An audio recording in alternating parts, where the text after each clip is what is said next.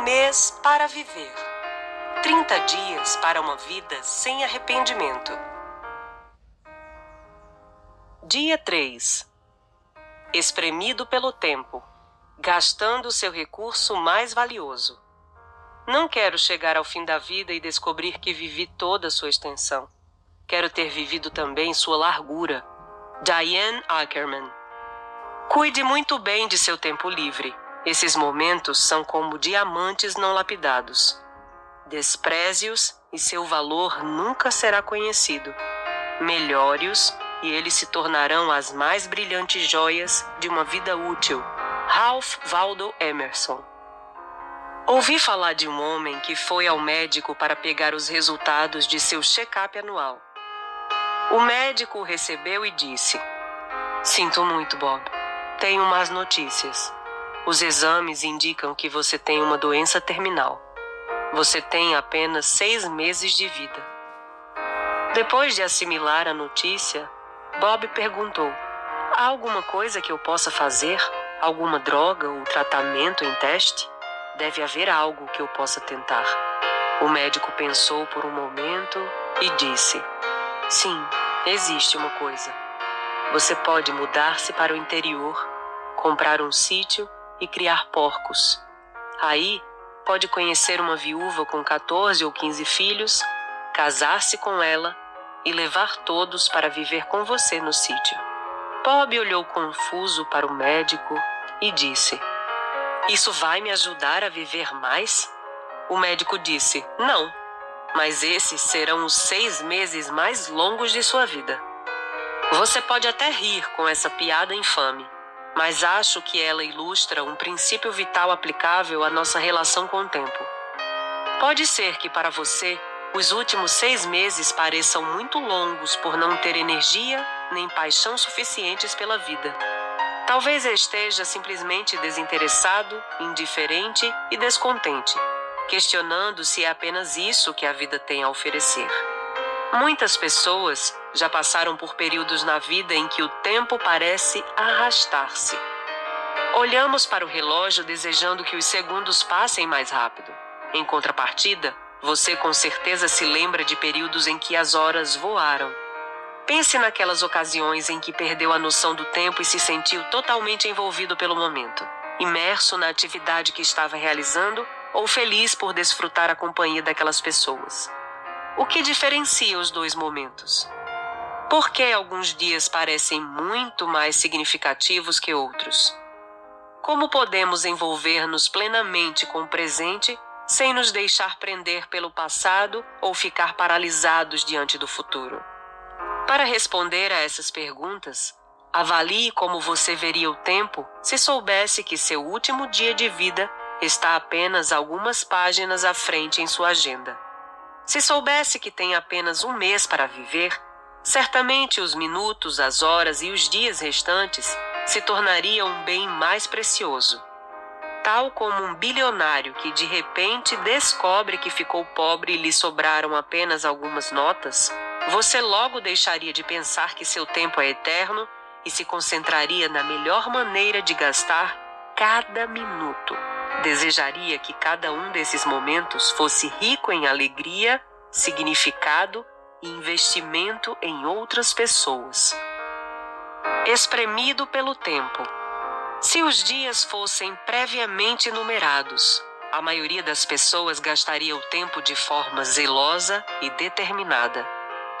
Não encontrei ninguém sabedor de seu fim iminente que quisesse assistir a reprises de programa de televisão ou ficar mais tempo organizando pastas do disco rígido do computador. Não estou dizendo que essas coisas sejam ruins. De fato, tarefas e responsabilidades corriqueiras são parte da vida diária. Mas se soubesse que tem apenas um mês para viver, suspeito que a maioria das pessoas entenderia com absoluta clareza como priorizar o tempo. Certamente, as tarefas e as responsabilidades diárias precisam de atenção, mas até mesmo essas podem estar conectadas a objetivos maiores: falar com o cônjuge, ensinar os filhos ou ligar-se a Deus. O corriqueiro pode tornar-se magnífico se estivermos intimamente conectados a cada hora e pessoa a nosso redor. É óbvio que as prioridades são determinantes para o modo como consideramos e gastamos o tempo. Todos têm o mesmo número de minutos no dia. Não há nada que você ou eu possamos fazer para aumentar a duração de um dia para 25 horas. Quanto mais chegar a 30 ou 40 horas que almejamos para manter tudo dentro do cronograma. O fato é que estamos presos em 24 horas. O modo como você investe essas horas, porém, pode determinar a diferença entre o senso de realização por saber que está fazendo exatamente aquilo para o que foi criado e o de arrependimento. Se você quer viver sem arrependimentos, talvez seja necessário fazer um inventário de sua vida e observar como está gastando tempo. Melhor ainda, faça uma análise do tipo custo-benefício de seu tempo para descobrir se a maneira como passa seus dias produz o que deseja. Jack Groppel, notável consultor de muitos atletas profissionais, celebridades e executivos, diz que gerenciamento de tempo é, na verdade, gerenciamento de energia. Concordo plenamente. É possível multiplicar o tempo administrando o uso diário de energia. Se considerarmos que o tempo é um presente valioso a ser usado, haverá maior possibilidade de tentarmos, com grande motivação, otimizá-lo. É quase como uma lei natural da física. Quando aumentamos a energia e o grau de envolvimento, multiplicamos o tempo. É por isso que alguém pode trabalhar 18 horas por dia e ainda assim não ser eficiente. Provavelmente, o excesso de horas será apenas prejudicial, porque a pessoa perde a criatividade e a saúde e, no fim das contas, acaba com um desgaste físico e emocional. É senso comum que o vício no trabalho tem raízes no mau gerenciamento da energia. Em muitos aspectos, isso se resume ao contraste entre quantidade de vida, quanto tempo você vai viver, versus qualidade de vida, como você vai viver. Não se trata de aprender a adicionar anos à vida, mas de acrescentar vida aos anos. Vale a pena refletir. O que mais consome seu tempo diariamente? Seja o mais específico possível em sua resposta. Muitos dizem que o trabalho consome a maior parte das horas do dia, mas faça uma subdivisão. O que exatamente consome seu tempo no trabalho? Que importância tem essa atividade? Quanto é satisfatória? Quanto tempo do dia você passa fazendo somente aquilo que faz melhor? O teste do tempo.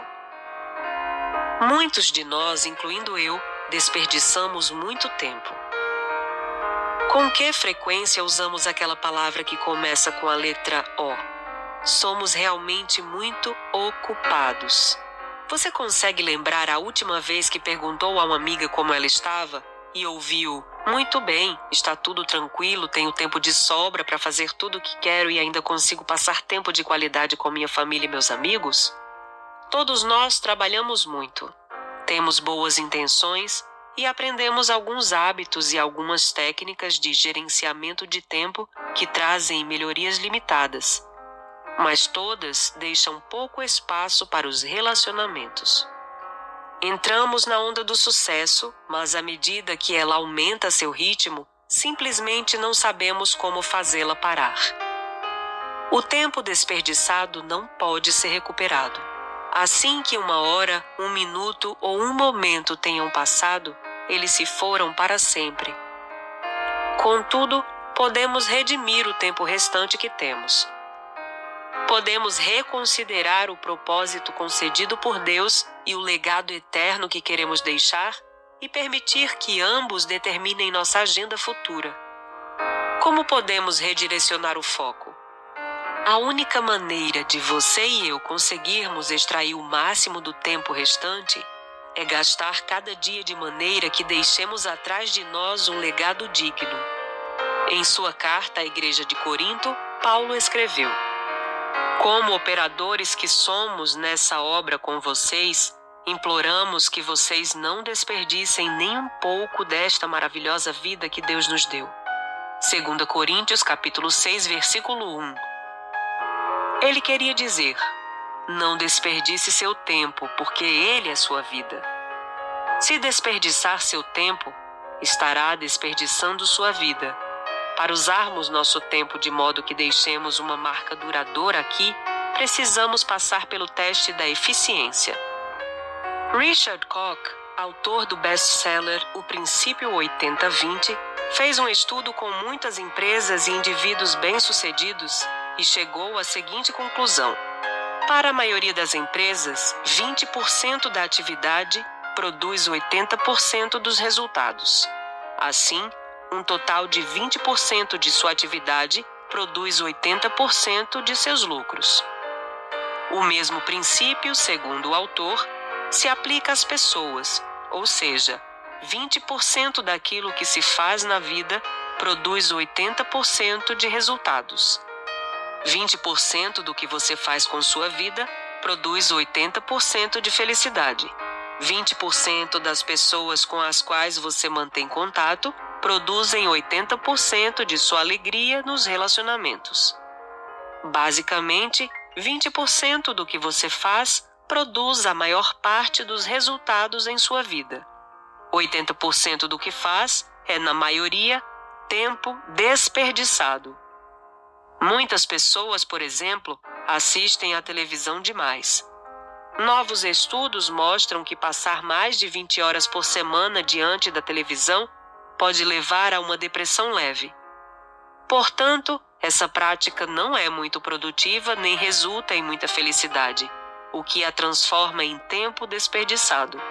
Se você passar mais tempo nas áreas que lhe trazem os melhores resultados e menos tempo em buscas ineficazes, realizará mais fazendo menos.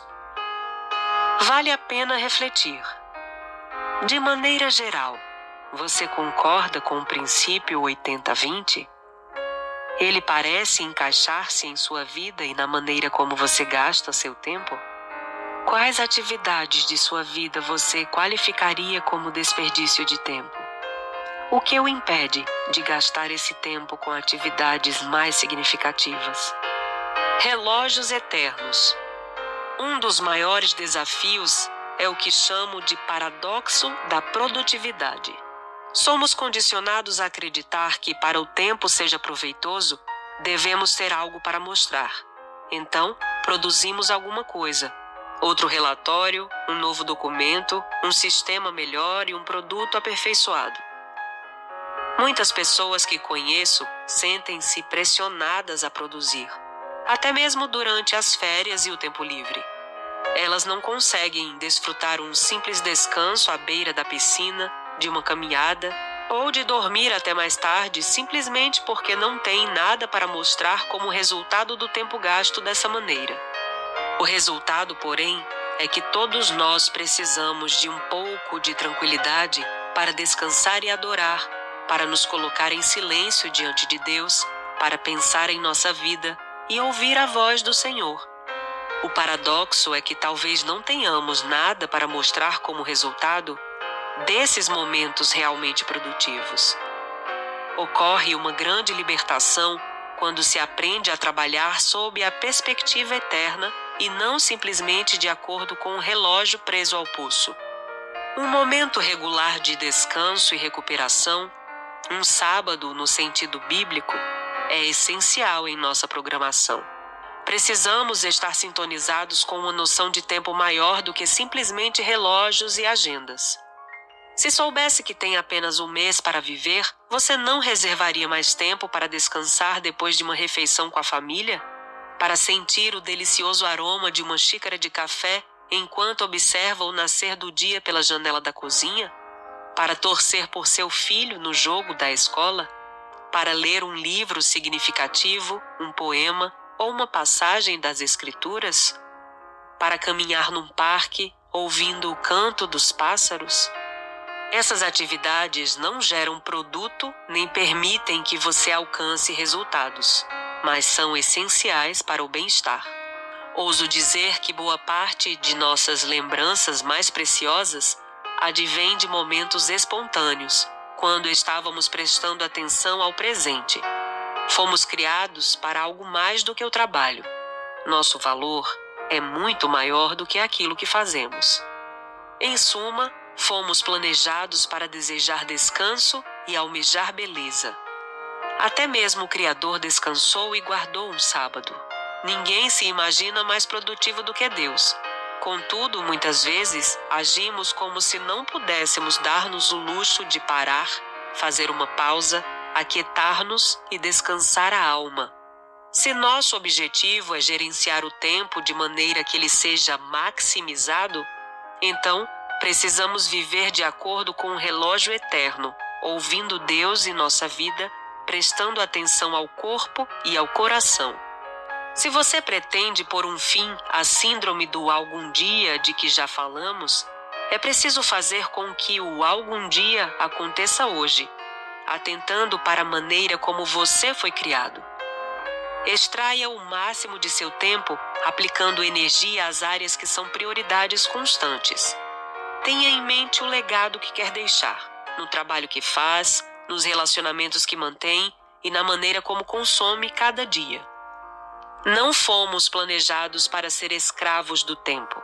Fomos criados para ser ativos e presentes na vida dos que estão ao nosso redor. Aproveite o máximo de seu tempo produzindo um legado que durará muito além do tempo que vai viver aqui na Terra. Faça isso hoje. Para a vida toda. Primeiro, anote num diário como você gasta cada dia desta semana. Tente atribuir um valor à sua produtividade, àquilo que realizou e a seu grau de contentamento. Como se sentiu a cada dia? Como qualificaria a relação custo-benefício da maneira como usa o tempo? Segundo, qual foi o fator que desperdiçou seu tempo na semana passada? O que você ganhou com isso? Algo que o distraiu, entreteve, fez você evitar alguém? Existe alguma outra maneira de usar seu tempo para gerar um impacto maior e mais significativo? Talvez você precise passar menos tempo diante da televisão e ler mais, ou quem sabe, navegar menos na internet, sair para caminhar ou fazer exercícios. Crie uma pequena lista de atividades alternativas para fazer na próxima vez em que for tentado por hábito a desperdiçar seu tempo. Terceiro, como descreveria a fase atual de sua vida? Você se sente soterrado sob terras gélidas, hibernando no aspecto emocional? Ou o cenário se parece mais com a primavera, com sinais de surgimento de uma nova vida? Para você, o que significa aceitar e honrar a situação em que está agora?